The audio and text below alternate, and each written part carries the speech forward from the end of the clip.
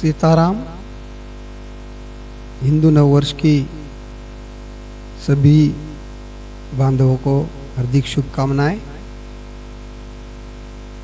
सिद्ध परिवार संभाजीनगर, ज्ञान गंगा संगम परिवार हुकुमदास जी का गिलाकौर राजस्थान, वैष्णव बैरागी परिवार राजू भाई खुडियाला, गुरु कृपा परिवार सत्य सनातन परिवार गुजरात से बोकुलेश जी का, इन सभी ग्रुप के सदस्यों को सादर दंडवत प्रणाम।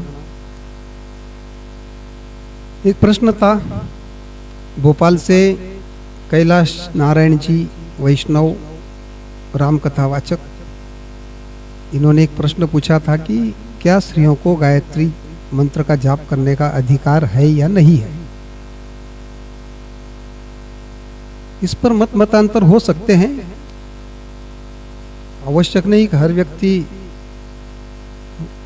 आपके हमारे मत से सहमत हो जाए। अपनी अपनी धारणाएं होती है, और सनातन धर्म तो ऐसा है कि सभी को लिए चलता है। आस्तिक भी प्रवाह है, नास्तिक भी है, मूर्ति पूजा वाला भी है, ध्यान धारणा वाला भी है, शून्य की साधना करने वाले भी है, ब्रह्म को भगवान मानने वाले भी है, पत्थर को भगवान मानने वाले भी है। सभी सनातन है। आवश्यक नहीं है कि हर व्यक्ति आपके मत से सहमत हो जाए, किंतु समय समय पर कुछ परिवर्तन आते हैं, फिर पुरानी बातें नए रूप में आती है। इसी तरह आज के युग में हमारे हिंदू समाज में एक भ्रांति फैल गई। वो यह है कि गायत्री मंत्र के जप का अधिकार स्त्रियों को नहीं है। कहते हैं कि यह हमारे शास्त्रों के विरुद्ध है। किंतु प्राचीन काल में सभी स्त्रियां और पुरुष नित्य गायत्री की उपासना करते थे। आज नहीं होता, वो ठीक है। क्यों नहीं होता, उसके कुछ कारण हो सकते हैं।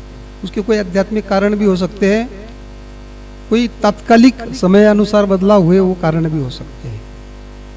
हो सकता है कोई वैज्ञानिक कारण भी हो। बताते हैं लोग कि भाई ये मंत्र जाप किया तो स्त्रियों पर ये परिणाम होगा, गर्भाशय पर होगा। लेकिन ऐसा लगता नहीं है किसी तरह से कि ऐसा कुछ होता होगा।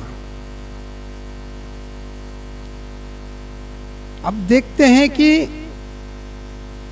ये क्यों प्रथा हो गई कि स्त्रियां गायत्री का जप नहीं कर सकती। क्योंकि अब तो स्त्रियों के लिए राम रामाय नमः, नमो नारायण, ओम नमो भगवते वासुदेवाय नमः, इन मंत्रों को दिया जाता है। अब ये मंत्र बुरे हैं ऐसा भी तो है नहीं, ऐसा बोलना भी ठीक नहीं है। पुराणों में कुछ बातें हैं कि द्वादशाक्षरम मंत्रम श्री शूद्रेषु विधीयते, कि द्वादश अक्षर का जो मंत्र है स्त्री और शूद्रों के लिए। शूद्र का मतलब क्या है? शूद्र का मतलब वही है, प्याज खाने से, लहसुन खाने से, मांसाहार करने से, शराब पीने से, शुद्धता न रखने से, अन्न की शुद्धता नहीं, आहार की विहार की शुद्धता नहीं, तो उनको शूद्र कहा गया। शूद्र कोई जाति नहीं है, शूद्र एक प्रकार की जीवन जीने की एक पद्धति है जो शुद्धता से दूर होती है। जिनका आहार शुद्ध नहीं होता, जिनका विहार शुद्ध नहीं होता, उनको शूद्र कहा जाता है। जब स्त्रियों को वेदाधिकार से वंचित कर दिया गया, फिर ये बाकी के मंत्र उनके हिस्से में दिए गए, भाई आप ये ना पढ़ें, आप ये पढ़ें।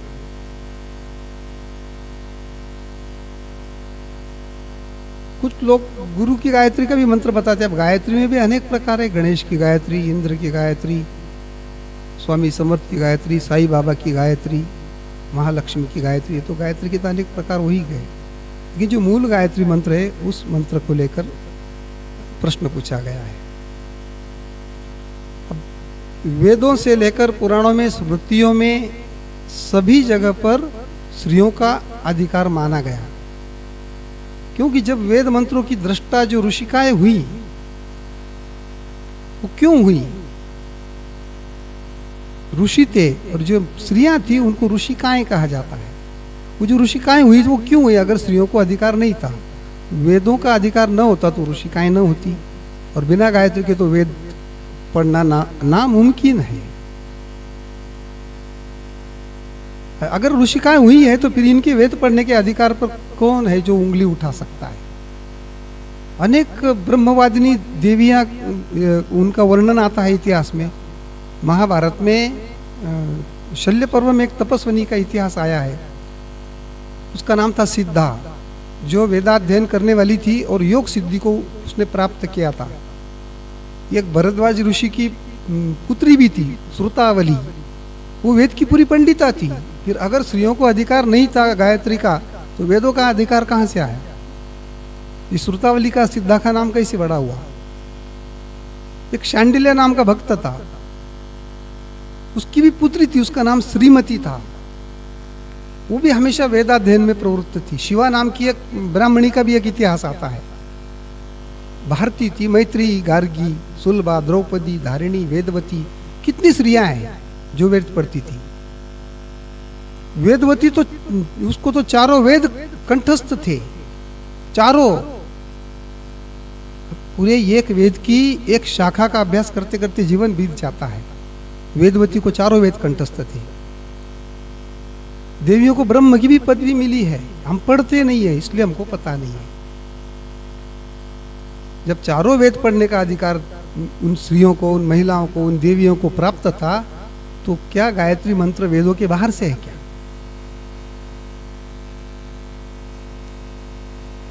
ऐसा है। एक भविष्य पुराण के उत्तर पर्व में एक श्लोक है, या श्री भर्त्रा वियुक्तापि त्वाचारे संयुता शुभा। उत्तम आचरण वाली विधवा स्त्री भी वेद मंत्र को ग्रहण करे, और सधवा स्त्री अपने पति की अनुमति से मंत्रों को ग्रहण करे। ये बात सही है कि यहां तक एक बंधन है कि वो पति की अनुमति से करे। क्यों करे, इस पर चर्चा कर सकते हैं। वशिष्ठ स्मृति कहती है कि यदि स्त्री के मन में पति के प्रति दुर्भाव आ जाए, गलत धारणा आ जाए, तो उससे पाप होता है। इसके प्रायश्चित्त के लिए कहा गया कि 108 बार गायत्री मंत्र का जप करने से वह पवित्र हो जाती है। अगर अधिकार नहीं है तो वशिष्ठ स्मृति में यह क्यों लिखा है? उल्टा भविष्य पुराण कहता है कि अवैदिक मंत्रों का जप करना निरर्थक होता है। जो मंत्र वेद में नहीं है उसको जप करने का कोई फल नहीं है, ऐसा भविष्य पुराण कहता है। इसलिए ऐसे अनेक प्रमाण हैं जिनसे ये सिद्ध होता है कि जो मठधारी देवियां थी पहले, उनको उनकी वो मठधारी कैसी हुई, वो ऋषिकाएं कैसी हुई। अब जो गायत्री जप से रोकते हैं वो अर्थात वेद, शास्त्र, पुराण, इतिहास आदि सबसे अपना मुंह मोड़ना चाहते हैं, वो स्त्री को कम आंकना चाहते हैं। एक कारण है उसका कि जो मूल मुक्ति का जो साधन है, उस साधन तरफ स्त्रियों को नहीं जाने दिया गया। उस कारण पर चर्चा करेंगे, क्यों नहीं जाने दिया गया।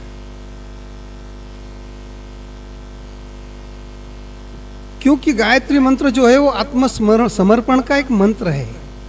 जिस प्रकार एक कोई युवती जानते हुए विवाह के मंडप में पवित्र अग्नि के सामने बैठती है, पूर्ण निश्चय के साथ अपने पति को उसके आगे अपने आप को समर्पण करती है, समर्पित कर देती है, पति को अपना वर बनाती है, इसी प्रकार गायत्री मंत्र का जप करने वाला भी अपने ईश्वर से कहता है कि मैं तेरे सुंदर तेज का ध्यान करता हूं, तू ही वरने योग्य है, तत्सवितुर्वरेण्यम। तू ही जो सारे जगत का उत्पन्न करने वाला है, सबको प्रकाश देने वाला है, दुखों को दूर करने वाला और सुख देने वाला रक्षक और स्वामी है। मैं अपनी बुद्धि ही तेरे को अर्पण करता हूं, मेरी बुद्धि को तू अपनी ओर लेके चल, ऐसा उसका मतलब है। ओम भूर्भुवः स्वः तत्सवितुर्वरेण्यं भर्गो देवस्य धीमहि धियो यो न प्रचोदयात्। इसका ये मतलब है। इसका मतलब ये कि अब मेरे हृदय रूपी सिंहासन पर सिवाय उस प्रभु के, उस ईश्वर के कोई बैठ नहीं सकता। अब इसमें ये कहां से आया? क्योंकि जब एक बार बुद्धि और मन ईश्वर को अर्पण कर दिया, तो फिर बिना ईश्वर की आज्ञा के कोई विचार अपने अंदर कैसे ला आएगा। इसलिए गायत्री का पाठ करते हुए भगवान को भू मतलब प्राण प्यारा कहा गया। ईश्वर बिना हमारे प्राण कैसे रहेंगे? ईश्वर ही हमारा प्राण है। जब किसी का प्राण बिछुड़ जाता है वो एक विरह की अवस्था होती है। वही अवस्था भगवान की भावना से जब हम क्षण मात्र के लिए दूर होता है भक्त, तब उसकी हो जाती है।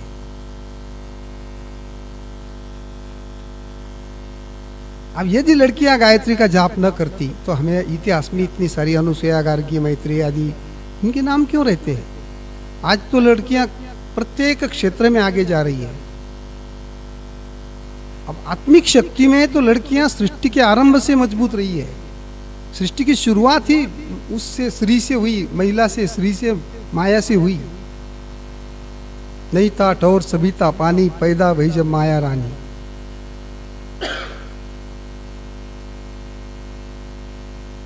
ये नाम ही नहीं आते ना। भौतिक रूप से लड़कियां कमजोर होती है, भौतिक रूप से। आज तो वो भी नहीं है, लेकिन समझ सकते हैं आप। लेकिन इस कमजोरी को उनकी आध्यात्मिक शक्ति संतुलित करती है। उनके अंदर इतनी शक्ति होती है कि वो व्यक्ति की आंखों में देखने के बाद एक पल में समझ जाती है कि इनकी नजर में क्या है, इनके मन में क्या है। इतनी उनकी आत्मिक शक्ति एक्सट्रीम होती है, उन्नत होती है। इसलिए भौतिक रूप से कमजोर है तो आध्यात्मिक रूप से ज्यादा है तो वो संतुलन है। जो भी आध्यात्मिक क्षेत्र में विकास करना चाहता है उस प्रत्येक व्यक्ति को गायत्री का जाप करना चाहिए, बिना किसी लिंग भेद के। भगवान के पास लिंग भेद नहीं है। भगवान का कोई लिंग नहीं है। पुरुष लिंग, स्त्रीलिंग, नपुंसक लिंग तीनों में भी नहीं है। लिंग भेद भगवान को पता नहीं। स्त्री और पुरुष से भगवान को कोई लेना देना नहीं है। ये तो शरीर का हिस्सा है। आत्मा को क्या कोई, आत्मा के स्तर पर अगर हमको जब गीता कहती है कि कुत्ते में, गाय में, चांडाल में और ब्राह्मण में कोई अंतर नहीं है, तो एक स्त्री में, एक पुरुष में अंतर कैसे हो सकता है? हाँ, प्रकृति के स्तर पर मातृशक्ति, मातृभक्ति के समक्ष भगवान राम और कृष्ण भी नतमस्तक हो गए। और उधर गायत्री तो स्वयं मातृशक्ति है। तो फिर आप बताइए, एक मातृशक्ति को मातृशक्ति से अलग कौन कर सकता है? इसलिए स्त्रियों को न केवल गायत्री का जाप, योग का, भक्ति का और ज्ञान का पूरा अधिकार है, होना भी चाहिए। हाँ, एक विषय है, वो ये है कि भक्ति में अगर उन्नत स्थिति में महिला चली जाए, स्त्रियां चली जाए, तो वापस नहीं लौटती संसार की तरफ। और संसार स्त्रियों के सहायता के बिना, उनके सहयोग के बिना पुरुष संसार कर नहीं सकता। मतलब इतना कि रोज का खाना पीना, बच्चों को बड़ा करना भी एक पुरुष के लिए थोड़ा असंभव कार्य है।